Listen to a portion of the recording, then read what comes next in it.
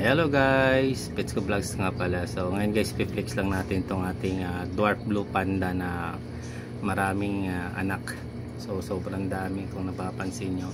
Diyan pa lang yan, tapos mayroon pa dun sa may likod. So ayan.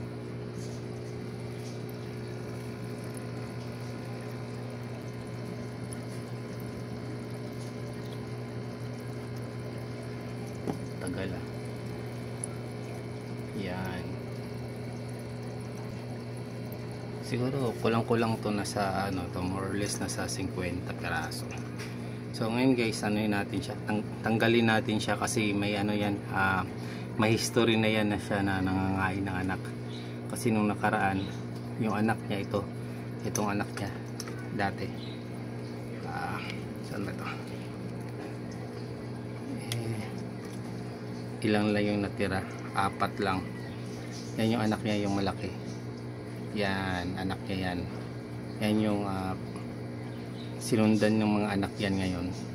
So 4 lang yan sila, yan, 2 magkatabi na yan. Tapos yan, basta 4 lang yung anak niya. Tapos yan na yung ngayong kasunod. So tanggalin na natin siya para hindi niya nakainin yung mga anak niya pag magutom. Kasi sayang din, sobrang dami pa naman. So sana after 2 months, ayan, mayroon na tayo, or 3 months, mayroon na tayong pang out na dwarf blue panda ulit.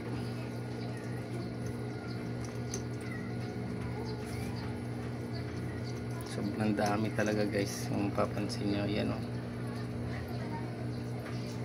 Tapos mayroon din dito ng anak, community type naman siya. So hinahayaan ko lang, pagaya nito, nangangain talaga din sila ng anak. Kasi yung anak niya natira, konti na lang din. So 2 sila. So hinahayaan ko lang.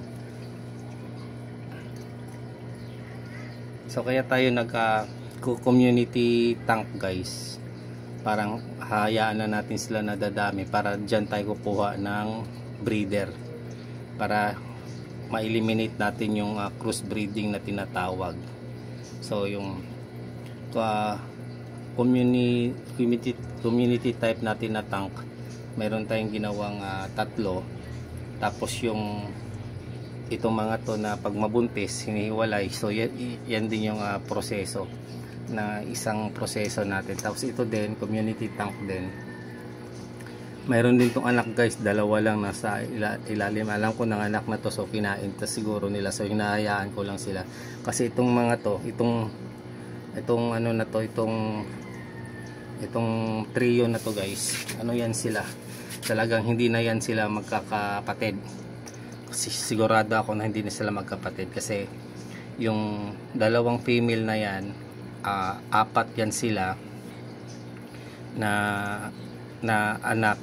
So pinalaki ko sa isang tank lang talaga. Tapos nung lumaki sila, may 2 babae, tapos may 2 lalaki. So kinuha ko yung 2 babae, pinaris ko doon galing sa ibang tank naman. So yan sila 100% yan, hindi yan sila magkapatid. So yan. Tapos dito kasi hindi ako sigurado kung magkapatid ba sila or hindi, itong community tank na to. Kaya basta yung ang plano talaga natin, kukuha tayo sa ibang trio, isang grupo ng trio, tapos ipagbanggan natin para matanggal talaga yung crossbreeding na tinatawag, para hindi sila ihina yung lahi nila. So yan kumakain na nga ng anak guys. Saglit lang, tanggalin natin yung tanggalin natin yung male o female, kasi parang hinahabol niya na yung mga anak. Kasi pa to, ang oras ngayon is 8:30 na guys. So kaninang umaga, alas 6, nakita ko na itong mga anak nila, pero hindi pa nag-pre-swimming lahat. Kaya sigurado tayo na hindi pa siya tapos mga anak nung alas 6. Ngayon parang tapos na to.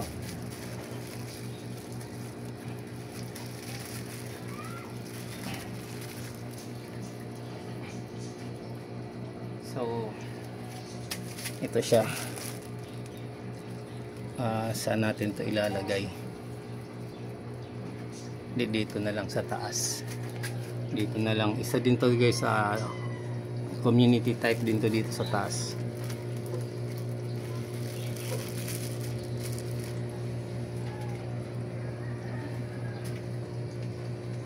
Hindi lang klaro pero yan yan. Tapos itong tatlong babae dito guys. Itong tatlong babae dito.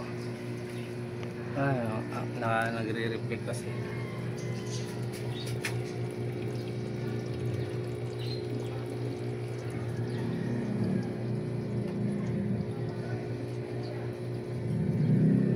So yung tatlong babae na itong tatlong babae na nandito, nanganak yan dito.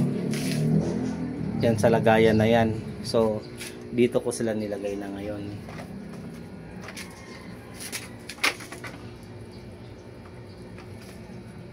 Ayan, yan na yung mga fry nila. So ano yan sila, 53 piraso, tatlong female. So ano hindi natin yan para isa din yan na para dito tayo kukuha ng breeder para yun nga ma-eliminate natin paunti-unti yung crossbreeding na tinatawag. So gagawin natin yung kukuha tayo ng halimbawa male or female dyan, tapos kukuha din tayo dito male or female. Yun ang ipagbangga natin or yun ang gagawin natin breeder para malilis na yung inbreeding na tinatawag. Hindi, para at least maski pa paano hindi sila magkapatid, kahit sabihin natin magpinsan sila, medyo lalayo na katagalan guys. Kaya tayo nagka community tank. Kumbaga pag mga anak, ginagawa ko pag mga anak dyan, kagaya niyan, mayroon na mga anak, hayaan lang natin yan lumaki dito din, hayaan na lang natin din na lumaki para yung mga anak nila, yun ang pinakagawin nating breeder. So yung halimbawa ito sobrang dami, pag mga yung iba dyan ibibenta natin dyan tayo kukuha ng pambenta hanggang sa gaganda yung natin, maganda yung natin quality ng ating isda. Siyempre kukuha tayo ng pinakamagandang kulay, pinakamagandang sukat na hugis ng katawan. Kasi yung talaga guys, inbreeding cost talaga yan ng isa yan ang pinakadahilan na nagdi-depreciate yung quality ng isda. Sabi ng iba okay lang daw yung inbreeding. Oo, okay naman siya sa gapi ng inbreeding, pero mas okay ang hindi inbreeding talaga guys. Iba talaga yun, mas maganda talaga kalalabasan nun.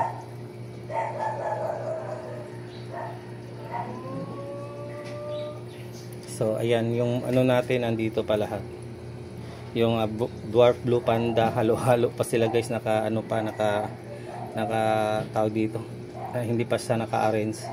Mayroon pa ditong dwarf blue panda din. Kakapanganak lang din yan. Ang anak, ito naman yung babaeng yan. Ito naman yung parents dito sa marami. Yung mga maliliit. Yung kanina na 4 na galing dito, na anak ng kapatid nito. So nandito nilagay. Tapos yung iba dyan na sobrang marami din. So yan yung parents guys. Yan. Din yan, parang hindi rin yan magkapatid na. Ayan. So far dito sa ating barracks guys, ang pinakamarami po talaga is yung dwarf blue panda. Tapos sumunod yung blue dragon snake skin. Pero yung blue dragon snake skin, kunti lang yung female natin, tapos isa lang yung malakas sa mga anak. Ito lang, isa lang.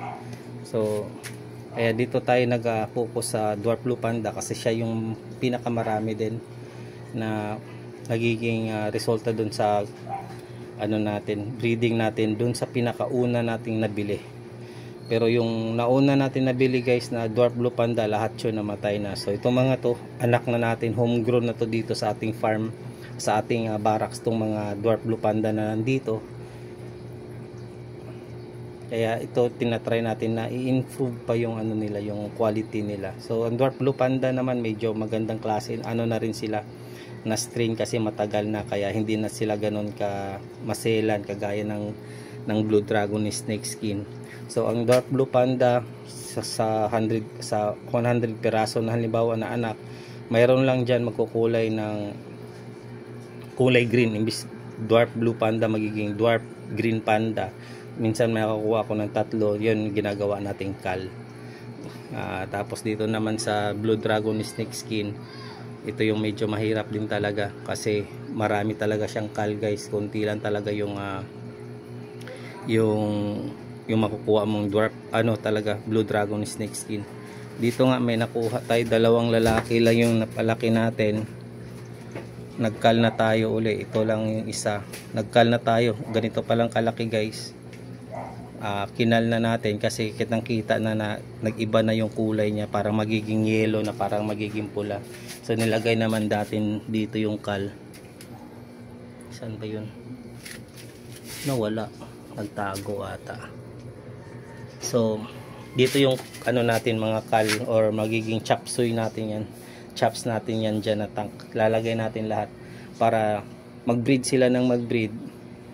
Baka may lalabas na magandang strain, so pwede tayong gagawa ng sarili nating strain. Ayun pala yung isa.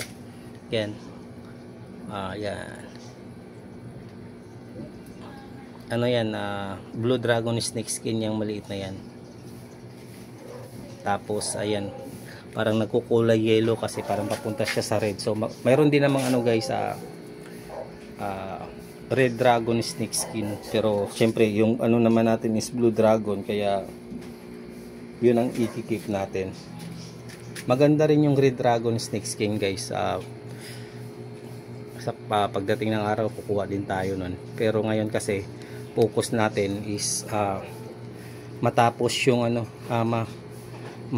parami natin tong 4 na strain na lang yung nandito guys, kasi yung 5 sana yung albino full red, parang gusto ko siyang tanggalin na lang. So matitira sa atin is yung full gold natin, tapos itong albino full platinum white, tapos dwarf blue panda at saka Blue Dragon snake skin. So ang plano natin is paparamihin natin sila ng todo, na tipong aabot sila ng 100 peraso bago ako bibili ng panibagong panibagong strain. Tapos yung kukunin natin na strain yung mahal na, kumbaga itong strain na to experimental natin to. As anyway guys, may mga balak na mag-alaga ng gapi, dapat umpisa po talaga tayo sa mumurahin, yung matitibay, para yung natin, lalo na yung tank kasi ang pinaka malaking factor na kaya tayo namamatayan ng isda. So pag bagong tank, posible po talagang maraming mamatay doon na isda kasi wala pa siyang beneficial bacteria, microbes na nandyan sa loob. Di kagaya nito na umabot natin ng 6 months, iba na yung guys, na napapansin ko, iba na yung lakas ng isda, hindi na sila basta-basta namamatayan. Tapos itong shell na to, kalimutan ko pangalan, malaking tulong din siya guys, na parang janitor sila sa ating aquarium, na tinatanggal nila yung lumot para mas maganda tingnan. At the same time, isa sa pinakagusto ko nilang ginagawa nila, pag may pagkain tayo na sobra na ilagay, sila na yung kakain. Tapos pag may mamatay na isda dyan guys, hindi na aabot na parang mabubulok yung isda, kakainin ng mga shell na yan. So wala na magiging hawaan na mangyayari. Kaya ako, di ko tinatanggal yung shell. Yung iba ayaw niyan, pero ako gustong gusto ko sila. Although medyo hassle lang sila kasi nga mabilis dumami, mas panay kalinis. So part naman sa pag-aalaga ng isda is yung paglilinis din talaga. Kung ayaw mo maglinis ng isda, so wag ka na lang mag-isda. Ganun lang yun guys, kasi wala pang technique na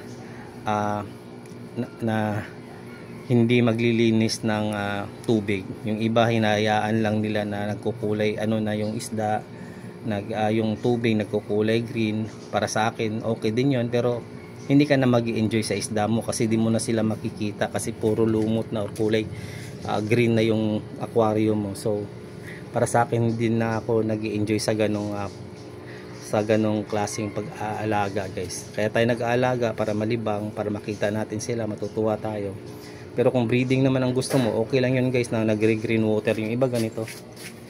Ito, yan mga beta natin. Itong green water na to, hinahayaan ko lang sila ng ganyan kasi pag mag-culture tayo ng DAP niya, dyan tayo kukuha ng green water. Tapos para hindi tayo mawalan ng green water kasi hintay na tayo sa paggagawa ng green water guys, puro DAP na lang tayo. So yan yung DAP na natin, pakita ko na lang din sa inyo, kaso nagre-reflect kasi yan yung may gumagalaw-galaw dyan. So ayan, maraming salamat sa panonood. Petsco Vlogs nga pala, kung di pa kayo nakapag-subscribe sa aking channel, please subscribe Petsco Vlogs. Salamat, paalam, God bless, bye bye.